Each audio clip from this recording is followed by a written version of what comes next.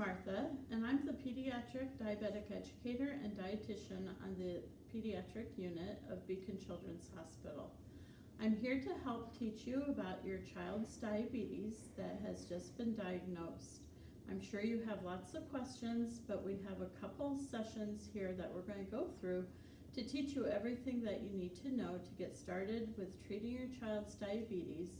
And then you'll also be followed at a clinic that will help to continue your education and help you with your child's care. So today in this first section, we're going to talk about the pathophysiology of what diabetes is, the basic day-to-day treatment of things that you'll monitor and watch for, how to deliver insulin. I'll explain the different insulins that your child will be taking, and some other fine points that you'll need to know. So first, what is diabetes? So diabetes happens when the body's not able to make enough insulin and can't use the insulin that the body makes to get the glucose into cells. And this causes blood sugars to rise to very high levels in our blood, and we must take insulin to treat the high blood sugar. This next diagram is going to break down what I just said because there was a lot in that little section I just talked about. So when we eat food, food has carbohydrate, protein, and fat, and those nutrients in our foods break down into blood glucose. So if you look at the diagram under where it says normal process, you're going to see a lot of little red boxes. That demonstrates the blood sugar that was broken down from the foods you ate. Now when the blood sugar is in the bloodstream, your brain tells your pancreas to release a hormone called insulin. The little keys in that diagram, that represents the insulin. What the insulin's job is to connect to the blood sugar molecules, and it's going to carry that blood sugar to the cells in your body, and there's receptor sites on the cells, and if you think of a receptor site as a door and the insulin as your key, that insulin is going to open up that receptor site and it's going to drop the blood sugar into the cells where we need it to be to produce insulin. Now, as your child's diabetes continued to develop, the blood sugar got to very high levels, and that process of the insulin getting the blood sugar into the cells was blocked. The continued increase in the blood sugar caused your pancreas not to work correctly, so that blood sugar continued to increase. And the body knew it had to protect itself and make energy in some form.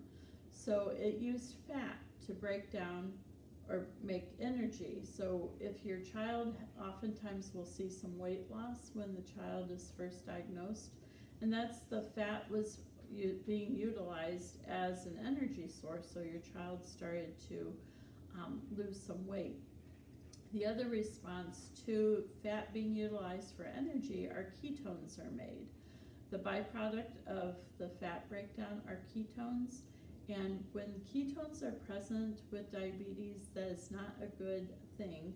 We want to reverse that because we don't want ketones being released in our urine. So that's kind of the overall process, that when we eat, blood sugar is broken down from foods that we eat, and we need insulin to carry that blood sugar to the cells to produce energy. The box on the right labeled diabetes in the middle section, type 1, kind of shows you what's going on with your child.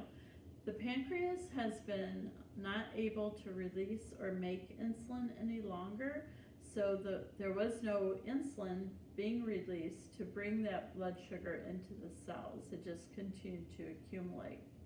There is another type of diabetes called adult onset diabetes, or better known as type 2 diabetes. In type 2 diabetes, our body still makes insulin.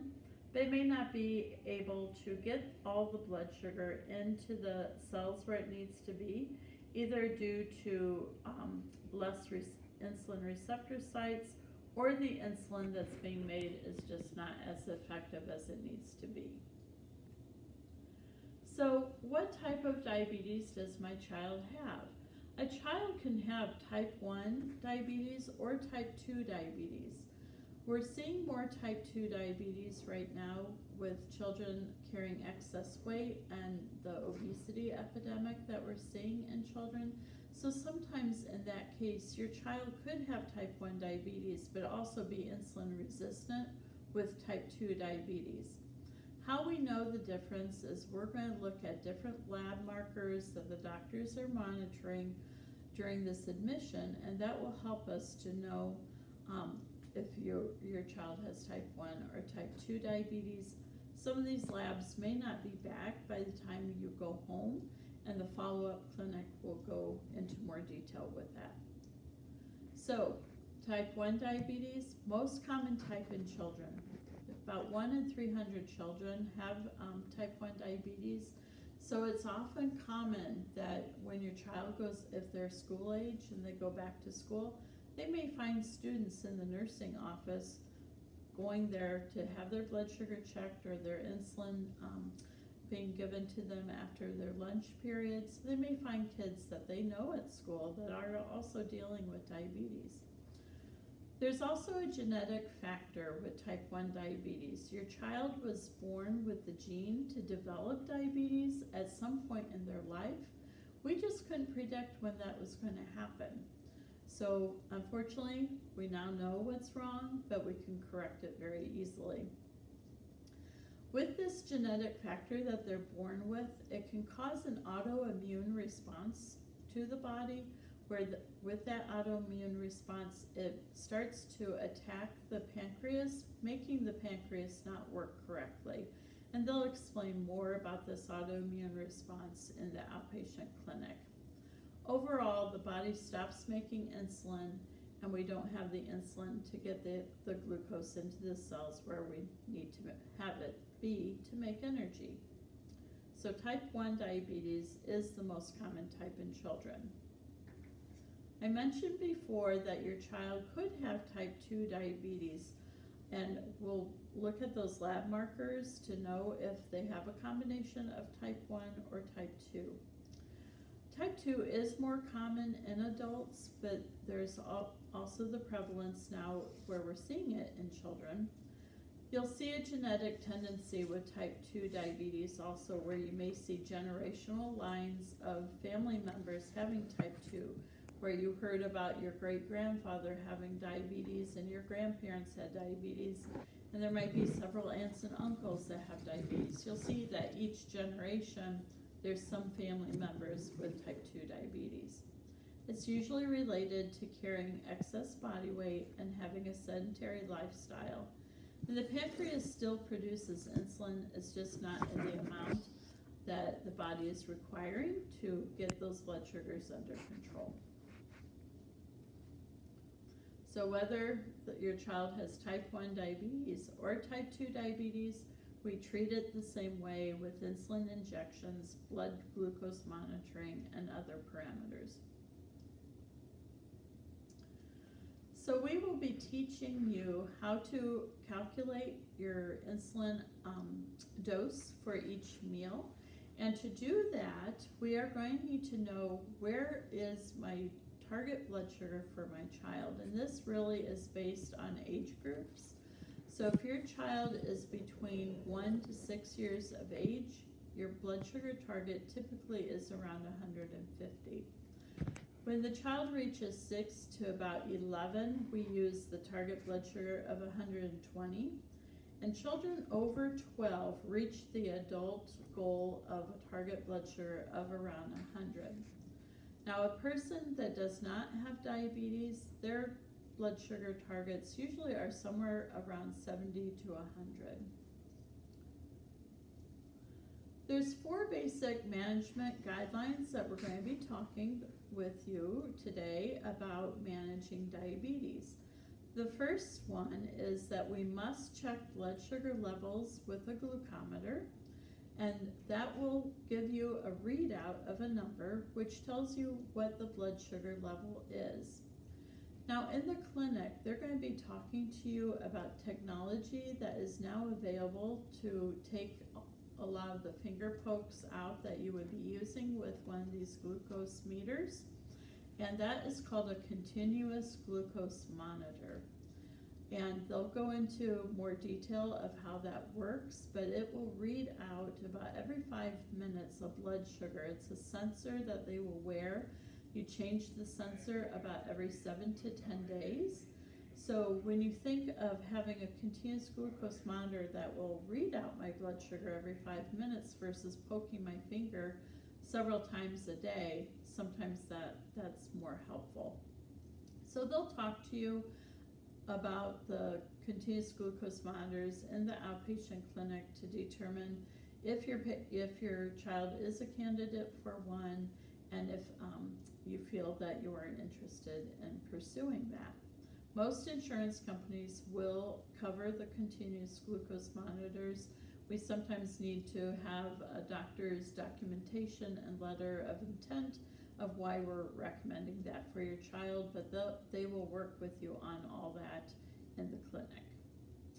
The next thing we need to do is count our carbohydrates. So when we were talking about food breaking down to blood glucose, the nutrients that bring blood sugar from the foods we eat is carbohydrate, protein, and fat.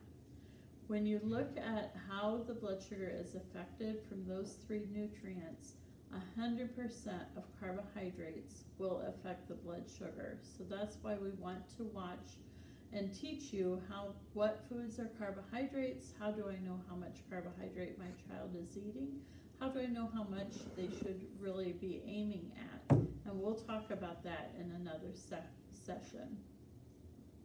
So based on your blood sugar level prior to eating and how much carbohydrate you're eating at a meal or a snack will determine how much insulin you're going to need to have at that mealtime or that snack time. There will be times when we need to check for urine ketones, and that's to tell us if we're running just a randomly high blood sugar, or do we have ketones present with that high blood sugar. If ketones are present with a high blood sugar, you could lead into the condition of diabetic ketoacidosis, and we'll talk about that at another session. So there's 4 basic things that you'll do on a daily basis to treat the diabetes for your child. We need to know what blood sugars are before we eat. We need to count the carbohydrate in the foods that we're eating. We need to determine based on the blood sugar and how much carbohydrate we eat, how much insulin is needed. And periodically, if blood sugars are high enough, we may need to check for urine ketones. So the first thing we need to teach you is how to check a blood sugar level using a blood glucose monitor. Now, when you're over in the pharmacy area, you will find a lot of different glucose monitors on the market. The basic thing is the meter that we want you to use is the meter that should be covered with your insurance. So once we know which meter your insurance will cover, when we run your all of your diabetic supplies and your insulins through your insurance, it will kick out and tell us which meter you need, and they will provide that to you. I have 2 common models here, the Accu-Chek and the One Touch. I'm going to demonstrate how one of these meters works, and once we have your actual meter here with your diabetic supplies and prescriptions, we'll run through the meter that you have, because each meter works just uniquely to itself, but the whole process is about the same. So with a glucometer, you're going to have 3 pieces to that. You're going to have the actual meter itself, which acts like a little computer. You're going to have a little poking device to get the blood drop from your finger, and then you'll have a bottle of test strips. So on this model, the One Touch, I'm going to demonstrate how you will use this. Okay, so first thing I'm going to show you is how we get the little blood drop that we need to put on the test strip. So in your kits, you're going to have some Lancet devices. They're going to look like little plastic pieces here. And in this device, what you're going to do is take off the cap. So you just twist that and pull that off. And you're going to insert your Lancet into the Lancet device. So in this model, there's a little oval piece here and a little oval piece on your Lancet. You're just going to pop that end in, and then you're going to twist the piece exposed out, and that will expose the little needle. It's very fine and very tiny, but that's the needle that will poke the finger to get the blood drop. And then we're just going to cap that back off. And then when you actually put the needle, the Lancet needles in, usually it engages the Lancet device to be ready to deliver that needle into the finger. On this opposite end, there's a dial with different numbers. Usually it goes up to about 7, from 1 to 7. That is the setting for how deep that needle will inject into the finger pad to deliver that blood drop. So with your child, their fingers aren't quite as calloused as an adult's are. So I would start probably around 3 or 4. Everybody bleeds differently. Some people bleed really easily, some people don't. So that will help determine what is the level your child needs to get a good, healthy blood drop. When I inserted that Lancet, it engaged this to be ready to deliver the needle into the finger. And we're going to use our little skin model here as an example of how to poke that finger. So what you're going to do is, at home you could use soap and water. If you're out running errands and you need to check blood sugars, I would carry some of these alcohol pads with you so that you can clean the area of skin on your finger. And then what you're going to do is just place the bottom part to the fingertip, and the green button here is the release button to allow that Lancet to go into the finger. When I do this, you're going to hear a little snap or a little pop. That delivered that needle into the finger, and when you release that, you should get a little blood drop. Don't need a lot of blood, but a healthy blood drop that we're going to place onto the test strip. So I first wanted to show you how that Lancet device will work. Before you take your blood drop, or get the blood drop on the finger, what I would do is take your test strip and go ahead and get that set up. Now your test strip acts like a little computer piece, your computer being your monitor here, and this is like a little computer chip here. When you look at this test strip here, you have a computer chip piece on one end, and then you usually have something that looks like a little capillary fill or a little line that blood is going to draw onto. So when you place this horseshoe to horseshoe right in here, when I do that, you are going to see that the glucometer turns on. Usually it will tell you to apply a blood drop, or it might just have a flashing little indicator telling you it's okay to go ahead and administer the blood. So I would get your test strip into your meter first, and then take your Lancet device, poke the finger like we demonstrated, and then what you'll do is hold that capillary end to the blood drop. It's going to draw up on that line, and then on your actual glucometer, it will count down about 10 seconds, and then it will read out a number for you. That's your blood sugar number that you're going to work off of to plug that number into the calculations when we're ready to determine how much insulin your child needs. So that's pretty much the basic steps in using a glucometer. You need a glucometer device, you need a test strip, and you need a Lancet device to poke the finger to get the blood drop. So each model works the same way, those basic steps. It's just each meter might have certain functions on it that it might do certain things for you that others might not. So they're all unique to themselves, but the basic function of a glucometer works the same.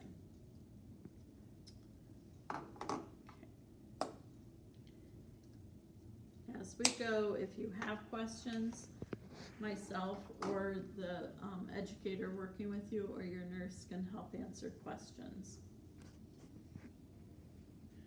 When you go home, we are going to be sending home some of these diabetic log sheets for you to record the actual blood sugar number, whether you had to test for ketones, how much insulin you delivered at a mealtime, and what that blood sugar was, how much insulin you used.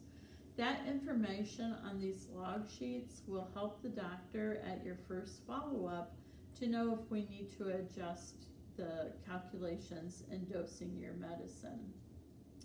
The actual meters will hold a certain number of blood sugar readings in the meter, which is great, but these log sheets will help the doctor at the follow-up to know, again, if we need to adjust your insulin amounts or the calculations. And these log sheets should go to your first appointment when you go see the follow-up doctor. So now you might be asking, well, when am I to check my blood sugar levels? You always need to check your blood sugar before each main meal. So before breakfast, before lunch, before dinner, and we do recommend before bedtime. So ideally, always you should have at least 4 blood sugar readings daily. Now right now we're in the initial stage of your treatment, and we're going to ask you to do a few extra blood sugar checks to help the doctor know if we need to adjust insulin calculations. So when you go home, just as we are doing here, we want you to check in the middle of the night around 2 a.m. a blood sugar reading. A lot of times the children just sleep through it. They don't even know you're doing a blood sugar check. But the 2 a.m. check is going to help us to know if we need to adjust one of the insulin dosing. So we'll talk about that in just a little bit. This is short term. You're not always going to have to get up in the middle of the night to check blood sugar. This primarily is just right now at the initial phase of your treatment. The doctor may have you go back and recheck a couple times in the middle of the night if your long-acting insulin dose has changed. Other times you may want to check blood sugars are after school or anytime they're active. If they have a gym class at school, or if your child's involved in sports or dance, or anytime you're going to have high activity, maybe you went to the beach for the day and your child's going to be really active and playing, then before those activities we want to check the blood sugar, because if the insulin has peaked and now is bringing that blood sugar back down, we don't want blood sugar to drop too low based on activity. So anytime your child is going to be active, we want to check that blood sugar before the activity. In our next education session, we're going to talk about signs of high blood sugar and low blood sugar. And anytime your child is showing signs of high or low blood sugar, that would be a good time to check blood sugar also. So if you put together all these different times that I mentioned, you may be checking blood sugar up to 6 or 8 times a day. Other days maybe 5 times. It really just depends on the day of how they're feeling, how active they're going to be, and how blood sugars are showing us if they're high or low. So now we'll move on and talk about insulin. So insulin, again, is a hormone that our body requires to function. We can't live without insulin. And because it's a hormone, it's not like a patch that you can wear on your skin and let it absorb. It actually has to be injected into the body. So basically, the role of what we're doing with determining how much insulin you need, we're replacing what the body is not being able to make anymore. To mimic what the pancreas does, we need two different types of insulin to work. The first insulin is called the long-acting insulin. This is also known as basal insulin. If you look at our chart at the bottom of this slide, you can see a line of dotted lines. Those dotted lines represent an hour each day. So we have 24 hours. The long-acting insulin typically will cover about a 22 to 23 hour period. So what that means is that long-acting insulin is going to secrete a little bit of insulin every hour to keep our blood sugars stabilized. Between the times that we eat, you and I may not have diabetes. So when our pancreas knows there's blood sugar, it releases insulin. In between those times that we eat, it still continues to release some insulin to give us kind of a balanced state of feeling. We don't feel like we're high. We don't feel like we have low blood sugar. We feel okay. And that's basically the role of the long-acting insulin. The other insulin you're going to be injecting is called rapid-acting insulin or bolus insulin. And what this insulin will do is cover for the blood sugar burst that you will get from foods that we eat. And that's why we must have insulin with our meals, and sometimes we'll take insulin too if our snacks have enough carbohydrate in them. So 2 insulins to help manage our blood sugars. The first being long-acting that you'll take at nighttime. That covers 22 to 24 hours. The bolus insulin or the rapid-acting insulin is the insulin we'll take for meal times and snacks. There's a few things that we need to know about insulin. So insulin can be given in 2 different methods. We can use a pen to deliver insulin, where the insulin is preloaded into the actual pen, and you have a dial that you will dial to the number of units that you need to inject. And this just goes back and forth. These pens are very durable, you're not going to hurt them. So if you needed 4 units and you actually went up to 8 units, you're like, oh, I need to back up. You can back up to 4, okay? And the insulin is preloaded there. We'll come back to the pens in just a minute. You can also use a bottle or what's called a vial of insulin along with the syringe. And this is the method that our hospital uses, and you will be working with the nurses and delivering insulin this way. You will go home on the pens. It's just a little more efficient, easier way for the kids to handle their insulin. So when you have your meds before you go home, that last insulin injection that they get here before they go home, we'll run through your insulin pen with you again.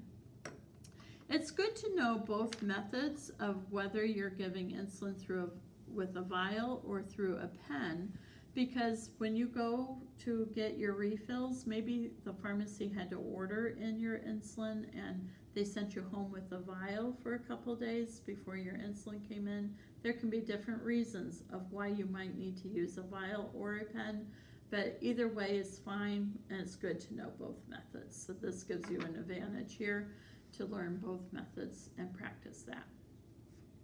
Now when you start using your insulin at home, your box of pens will have about 4 pens in it, 4 to 5 pens. When you take one of those pens out, you start using that insulin, it is good for 30 days. I would put a date on your label so that you know when you started using your insulin, or mark it out 30 days after you start so that you know when this might expire. So the insulin in the active pen that you're using or the vial It can be kept at room temperature, but it's only good for 30 days. Temperature is important with insulin. If it gets too hot, it can spoil. If it freezes, it can spoil.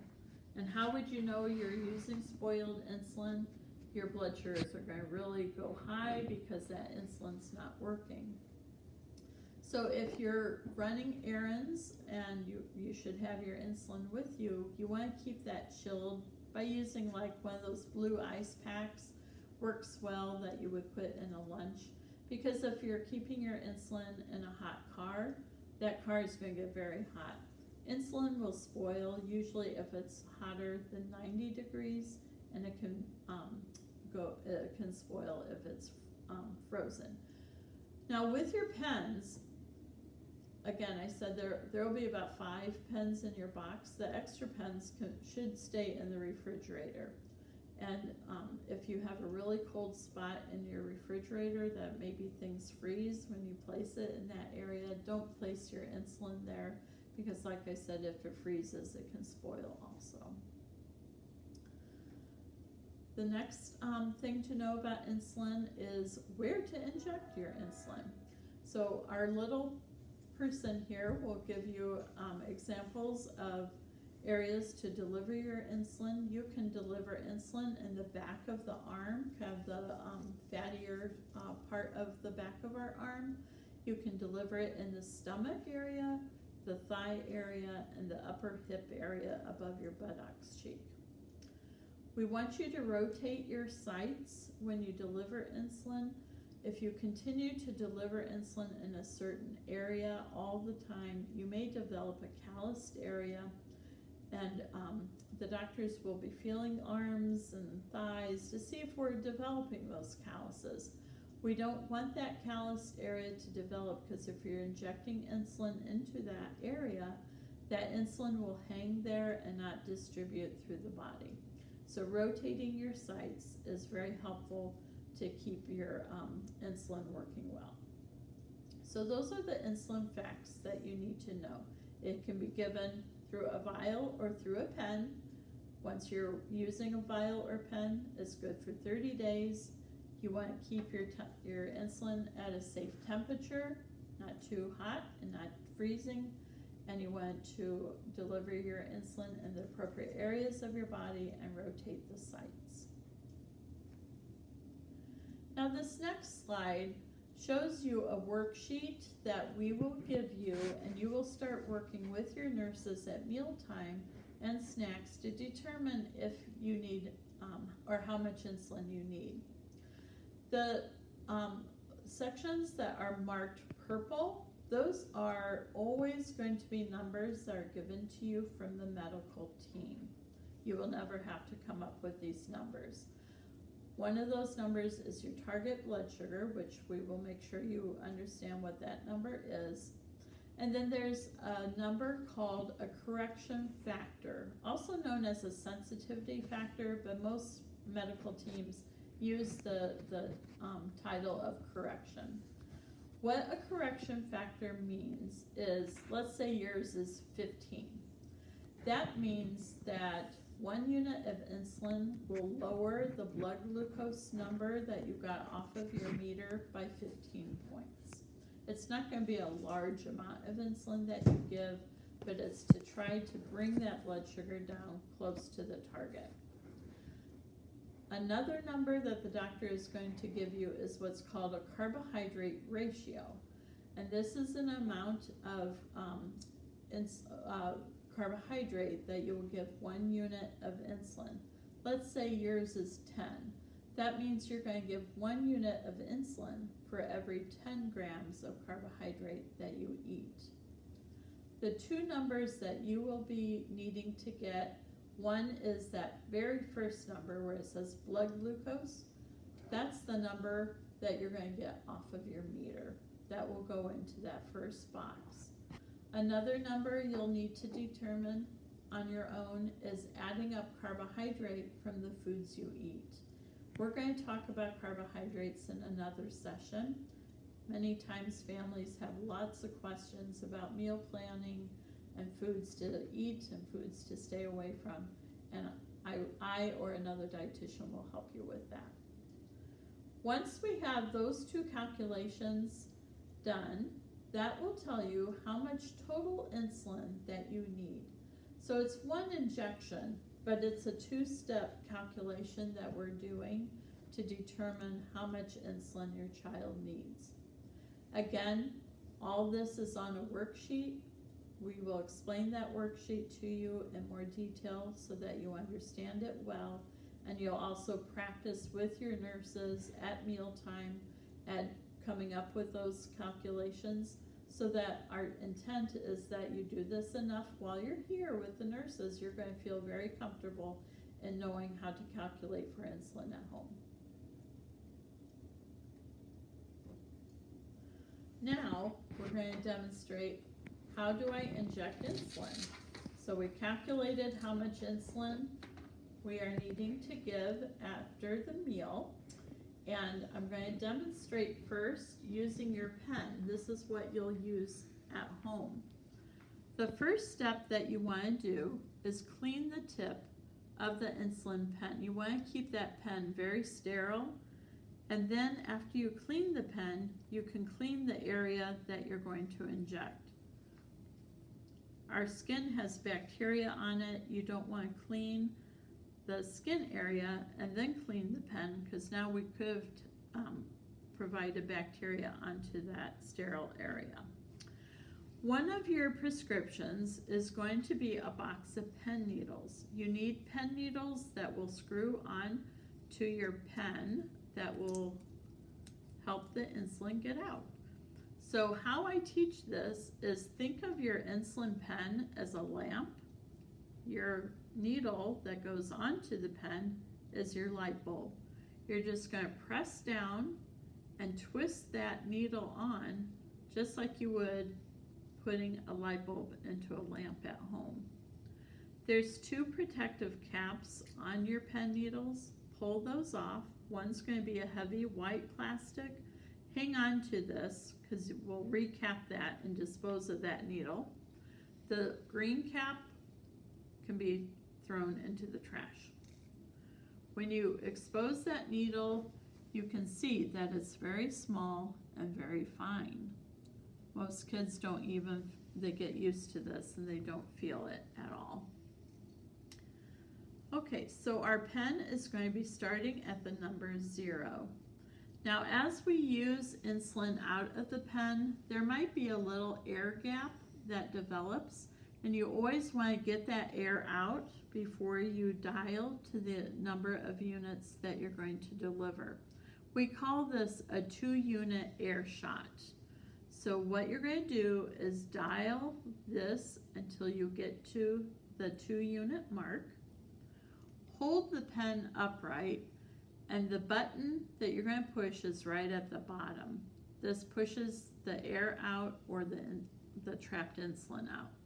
So press that, and it will either dribble out. Sometimes when you press it, if there's a big air gap, it may kind of spray out. This case, we didn't have a lot of air, and it just dribbled.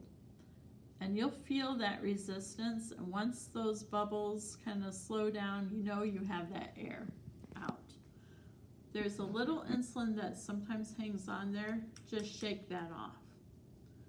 After you release that air, your pen will go back to the number 0, and now we're ready to get how much insulin we need to deliver. So we did our calculations. Maybe we came up with the number 6, that they need 6 units. You're going to dial to 6. You're going to pinch the skin. Pretend this is maybe the arm. You're just going to pinch that area of skin. You're going to go straight in. You're going to deliver the insulin. Once that's in, you're going to count to 15.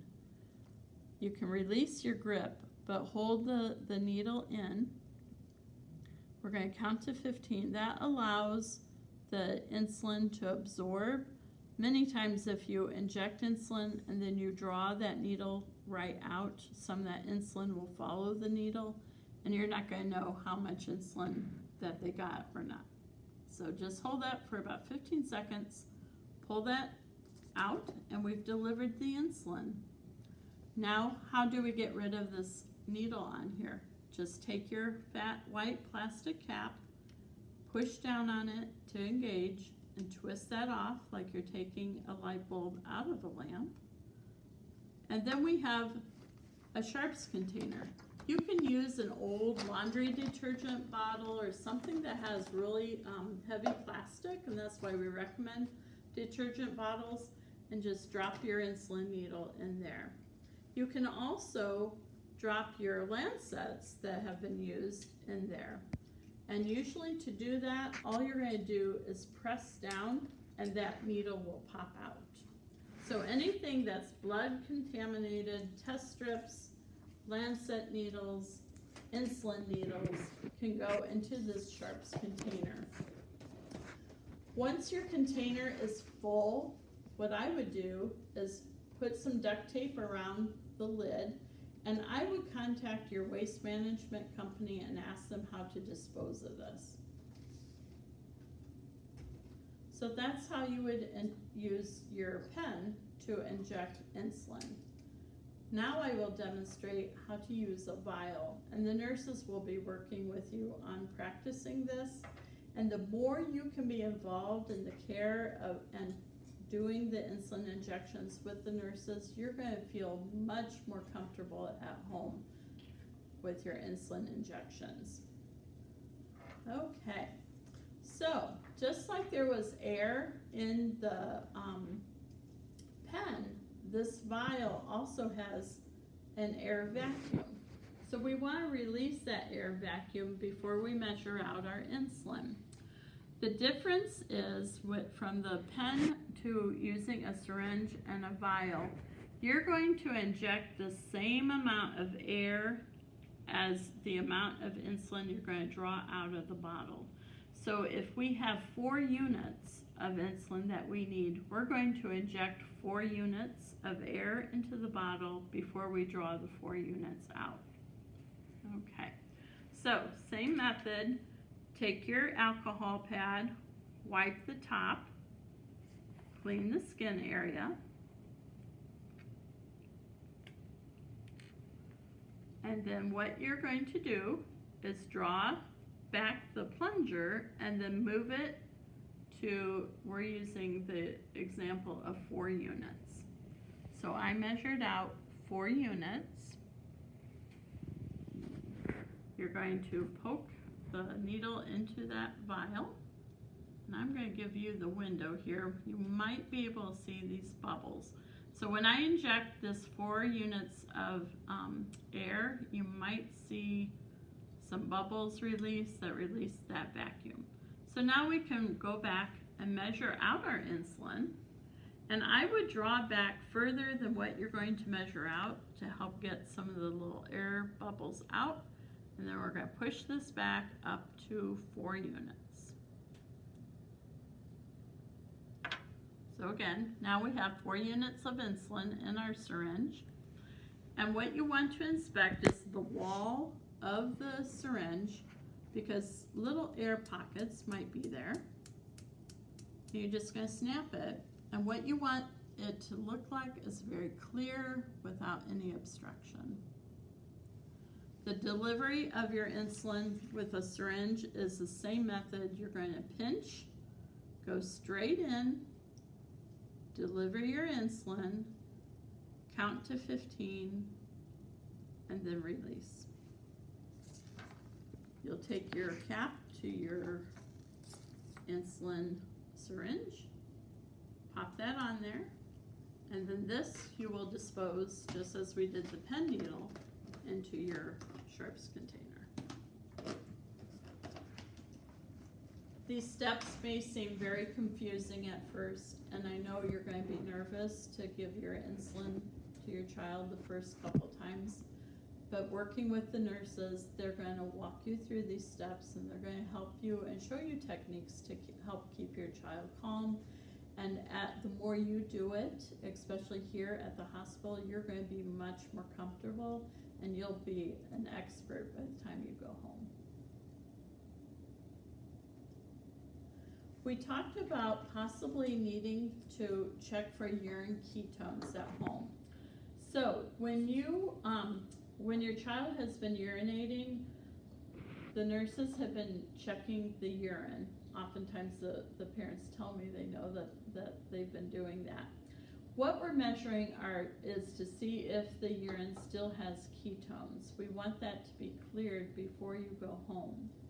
So checking for urine ketones are going to be done when blood sugars are over 250. So 250 is the number we kind of want you to remember as a cutoff for a high blood sugar, that if blood sugars are in that range, we really want to start paying attention to what's going on. Is it just a randomly high number, or is my child sick and possibly developing diabetic ketoacidosis again? The other time you're going to check for ketones is anytime your child is sick. So what you will do is you'll have a bottle of these strips. It may take you back to science class back in high school, if you remember that. And on a ketone stick, usually it will measure glucose in the blue and ketones in the tan. So if you're worried you're going to read off the wrong pad, what I would do is just move that blue strip back so that we have the tan pad visible.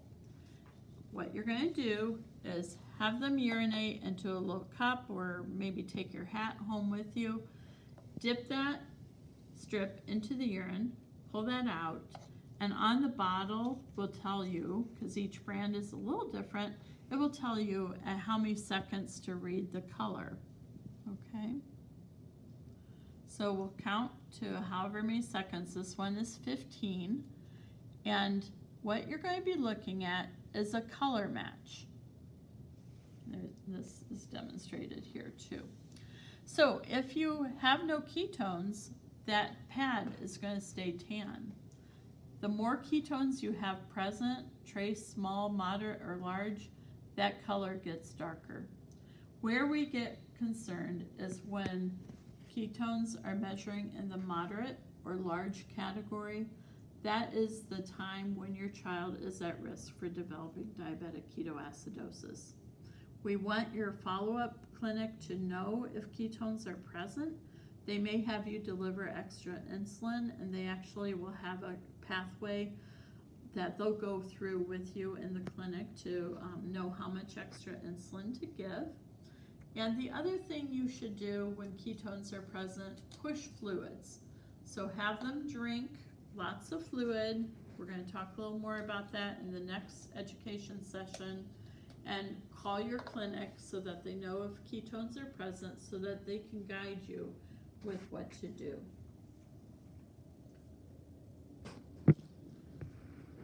I've mentioned a couple times about follow-up care. So usually most physicians don't feel comfortable treating the diabetes portion of your child's physical care. So we have pediatric endocrinologists that we will have you referred to. Fortunately, here at Beacon Children's Hospital, we have pediatric endocrinologists along with a nurse practitioner and their own diabetic educator that will work with you as a team. So we want you to follow up with the clinic so that you can continue with your education and also have good care with the nurse practitioner and your physician. You'll meet with a physician about every 3 months. Laura Jordan is your educator that will meet with you and carry on education where we have left off. You'll be in contact with Laura by phone with any of your questions, and she'll field those questions to know if she needs to connect you to the doctor, have you come into the clinic, and we'll just continue with your care as directed. What the doctor is going to be looking at that every 3 month visit is what's called a hemoglobin A1C. This level tells us how well controlled has your child's blood sugar been for about a period of the last 3 months. When you look at a hemoglobin cell under a microscope, you would see glucose molecules attached to the border of that hemoglobin cell. That is measured as a percentage, and that tells us how well your glucose has been controlled over a 3-month period. Often, when you are first diagnosed, that number is going to be high. Oftentimes, we'll see it 12 or higher when you're admitted to the hospital for the first time. But as we get more insulin delivered back into the body that has not been used lately, and we get your carbohydrate amount consistent, that blood sugar level starts to taper down again into a more controllable amount. And our normal range that we want your blood sugar to be, or the hemoglobin A1C number to be, is around 7. That means your blood sugars are in the normal range of somewhere between 90 up to about 150, where we want it to be. As that percentage creeps up, if you're at 8, 9, 10, 11, 12%, blood sugars are fairly high, and there's a guide that the doctors will talk to you about with that. So we're aiming at 7% for good blood sugar control. And why this is important is diabetes is a vascular disease, and if we leave it untreated, over time it really can affect different vessels in our body. It can affect our circulation, it can affect our eyesight, it can affect our kidneys. So there's a lot of different reasons why we want good control for your child, because as they reach their adult years, we don't want them to have physical damage to their body from uncontrolled diabetes. So that is what we wanted to cover today for our first session. And then there will be an additional session we'll have you watch, and I'll be presenting to you what to do about high blood sugars, low blood sugars, and carbohydrate counting.